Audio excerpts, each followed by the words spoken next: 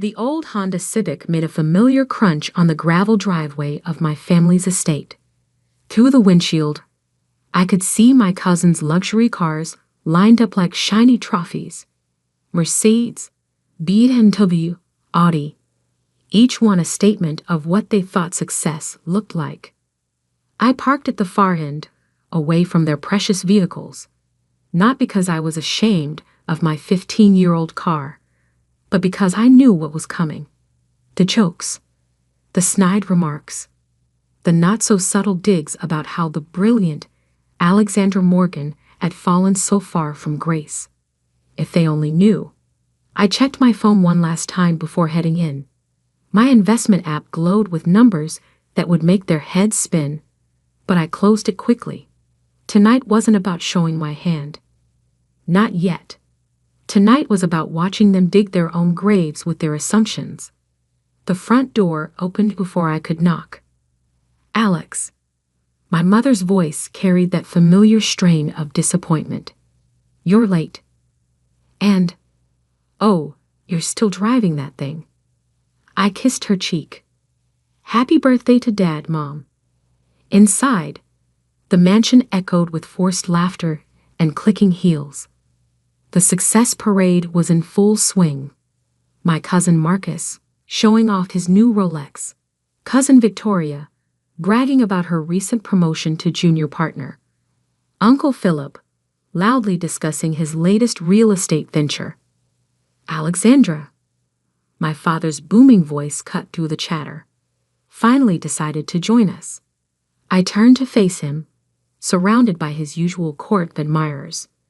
At 65, Thomas Morgan still commanded attention, his silver hair and tailored suit projecting the image of old money and power. Happy birthday, Dad. I offered him the small wrapped package I'd brought. He weighed it in his hand, frowning slightly. Let me guess, another book? Open it and see. Before he could, my cousin Derek cut in. Probably all she can afford on a teacher's salary. Oh wait, you're not even teaching anymore, are you, Alex? The room rippled with poorly concealed snickers. They all thought I'd failed after leaving my teaching position at the private academy last year. None of them had bothered to ask what I was really doing. No, I said simply. I'm not. Then what are you doing? Victoria chimed in, wine glass dangling from her manicured fingers. Besides driving that embarrassing car? I smiled. Investment management. Derek laughed out loud. Right, because someone's really going to trust their money to a failed teacher who can't even afford a new car. My father unwrapped his gift, a first edition of his favorite classic novel, and set it aside without comment. Alexandra, perhaps it's time to be realistic. Your Uncle Philip could use someone in his office. Basic admin work, but it's a start. Thanks. I cut him off. But I'm doing fine. Fine, Marcus snorted. Is that what you call living in that tiny apartment? Driving a car older than Victoria's designer handbag? I took a sip of water, letting their assumptions wash over me. In my pocket, my phone buzzed. Probably another alert about one of my investments hitting its target. I had 37 companies in my portfolio now. Most of them quietly acquired through the private equity firm I'd built from scratch after leaving teaching. At least she showed up, my mother said. Ever the diplomat. Now, shall we move to the dining room? Dinner was exactly what I expected. Crystal glasses filled with $100 wine. Conversations about vacation homes and country club memberships. Every few minutes, someone would glance at me with pity or contempt, depending on their level of intoxication. Then came the moment that changed everything. A toast. Uncle Philip stood, raising his glass. To success and those who achieve it. He looked directly at me. And to those who, well, we can't all be winners, can we? Something in me snapped, not with anger, but with clarity. I'd stayed quiet for years, watching them measure success in cars and clothes and summer homes. Watching them dismiss me because I chose to live simply, to build quietly, to grow my wealth away from their shallow definitions of power. I pulled out my phone, opened my portfolio app, and cleared my throat. You're right, Uncle Philip. We can't all be winners. I stood at holding up my phone. Would someone like to calculate the combined net worth of everyone at this table, including the vacation homes, the cars, the investment properties? Derek, always quick to show off, pulled out his phone. Easy. Let's see. He started adding numbers. Other family members calling out their assets. Done, he announced proudly. Roughly 47 million, give or take a few $100,000. I nodded, then turned my phone screen toward them. That's impressive. Now, would anyone like to guess what the failed teacher is worth? The room went silent as the number registered, 9 digits, before taxes. That's impossible, Marcus stammered. Is it? I scrolled through my portfolio, watching their faces pale. Shall we go through it? The tech startups I've acquired, the real estate holdings, the private equity deals. My father's hands gripped his chair. Alexandra, what are you saying? I'm saying, I met his eyes steadily, that while you were all laughing at my Honda and my tiny apartment, I was building an empire. One that's worth more than this entire family's assets combined. Victoria's wine glass slipped from her hand, shattering on the imported marble floor. But how? Uncle Philip's voice had lost its smug edge. I smiled, thinking of all the nights I'd worked while they partied, all the deals I'd closed while they bought new cars, all the wealth I'd built while they were busy showing off their surface-level success. I learned early, I said, putting my phone away, that true wealth doesn't need to be displayed. It needs to be multiplied. The silence that followed was deafening. And I wasn't done yet. Not even close. The silence didn't last long. In my experience, people with fragile egos never stay quiet for long. Prove it, Derek demanded, his face flushed. Anyone can show numbers on a phone screen. I reached for my briefcase. Not designer, just well-made leather that would last decades. Funny you should ask. I brought something for after dinner, but now seems like a good time. I pulled out a folder and slid it across the table. Inside were bank statements, property deeds, company ownership documents, hard proof of everything I'd built while they were busy judging my lifestyle choices.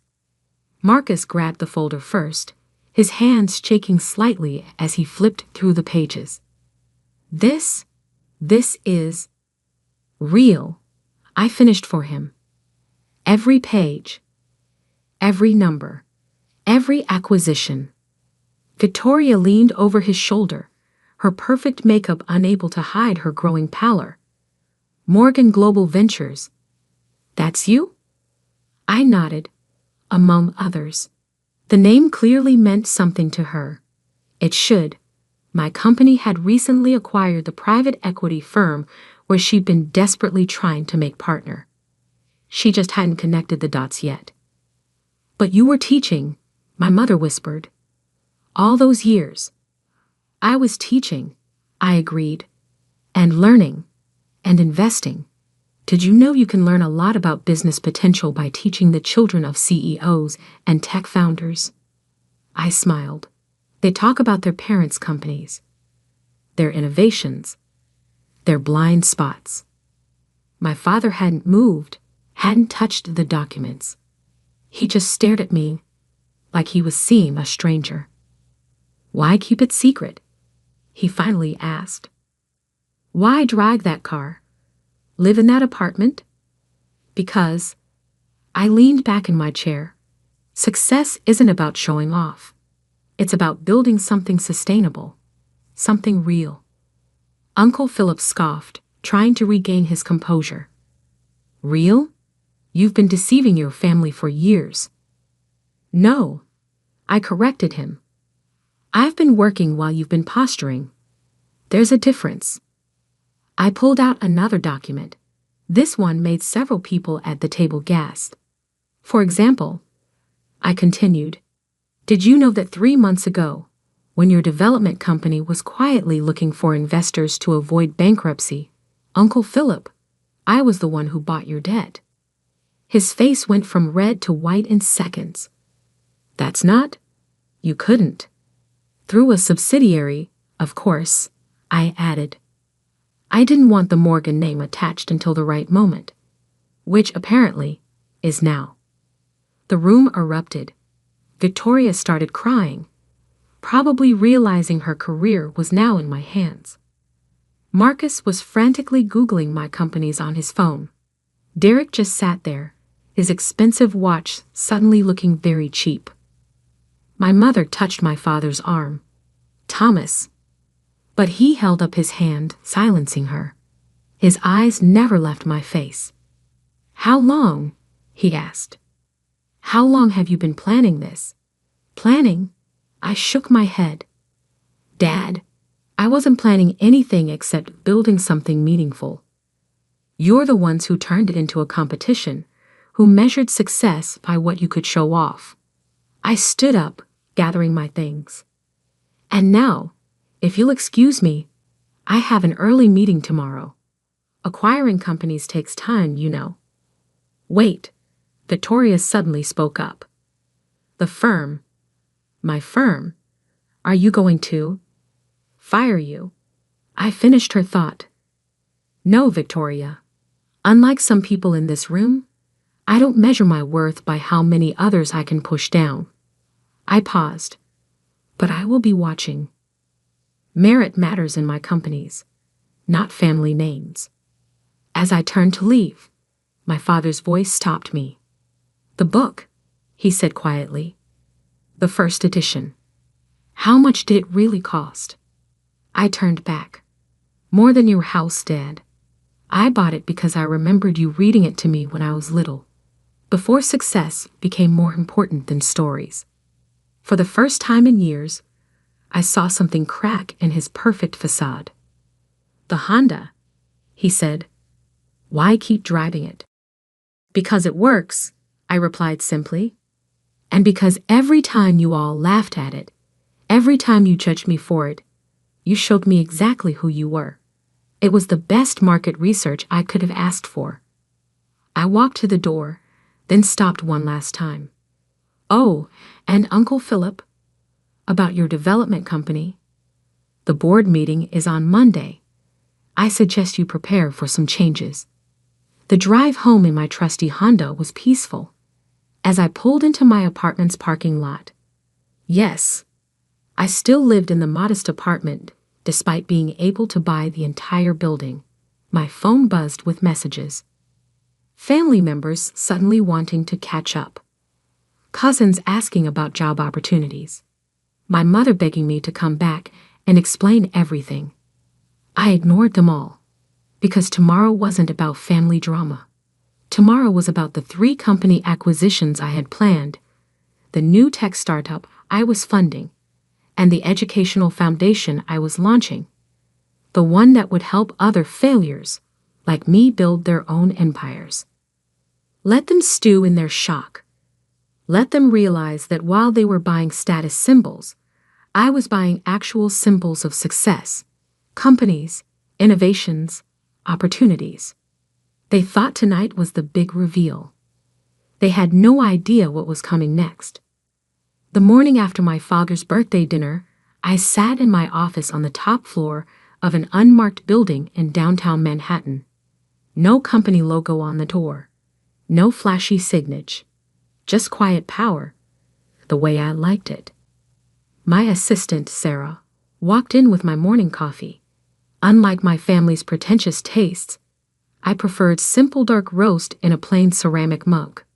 Your father is in the lobby, she said, not bothering to hide her surprise. He's been there since we opened.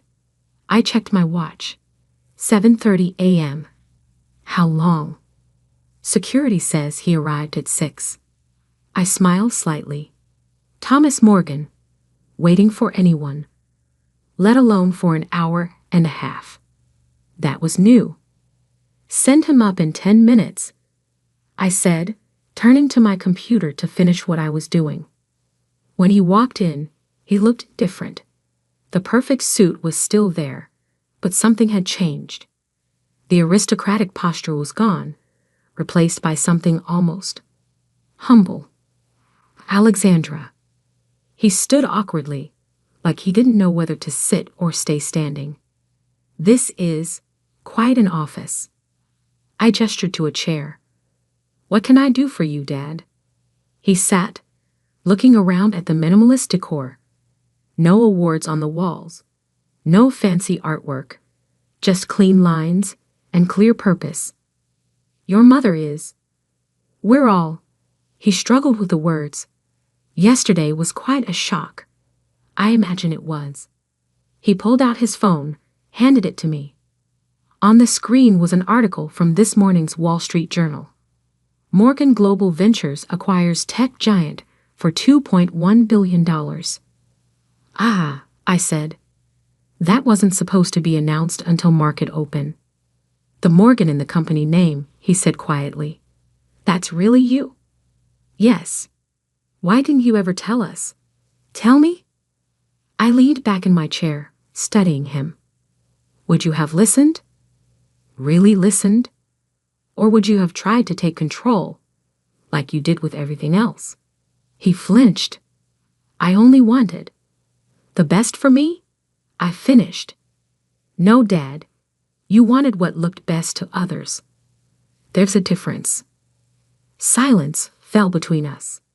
Through the floor-to-ceiling windows, the city was coming alive, unaware of the drama playing out in this quiet office. Your uncle, Philip, is worried, he finally said. He should be. I pulled up a file on my computer, turned the screen so he could see. His development company has been mismanaged for years. The books are a mess. The projects are behind schedule. And the investors. I paused. Well, let's just say, I'm not the only one who's noticed. You're going to take it from him? No, I said firmly. I'm going to fix it. Whether he stays or goes depends entirely on him. Like I said last night, merit matters. My father was quiet for a long moment. Then the Honda. I actually laughed. Still stuck on that, aren't you? Tell me, Dad, what's worth more? A car that gets me where I need to go, or the 3 tech startups I bought instead of wasting money on a status symbol? He had no answer for that. My phone buzzed. The market was opening. Time to watch my latest acquisition's stock price respond to the news. I have work to do, I said, standing. Was there anything else? He stood too, straightening his tie. A nervous habit I remember from childhood. Your mother wants to have dinner. The whole family. To apologize, I suppose. I shook my head. I'm not interested in apologies, Dad. I'm interested in understanding. Do they understand now that success isn't about what you show, but what you build? Do they understand that their mockery, their judgment, their constant competition for status, that it all means nothing in the real world of business? I don't know, he admitted. But I'm starting to. As if on cue, my phone lit up with a notification. The stock price of my new acquisition was soaring. Another quiet victory. I'll think about dinner, I said finally. But first, I have a company to run. Actually, several companies. After he left, Sarah came in with an update. The board of Philip's company is requesting an emergency meeting. Victoria left 3 messages about her position at the firm, and your mother sent flowers. I smiled. The flowers? I had them sent to the children's hospital, as per your standing instructions. Good, I turned back to my work. And Sarah? If any more family members show up. I know, she nodded. They need an appointment, just like everyone else. The next few weeks were interesting. My cousins suddenly discovered humility. Uncle Philip agreed to step down and let professional management take over his company. Victoria actually started doing her job instead of relying on her name. And my father, well, he did something I never expected. He sold his Bentley and bought a Toyota.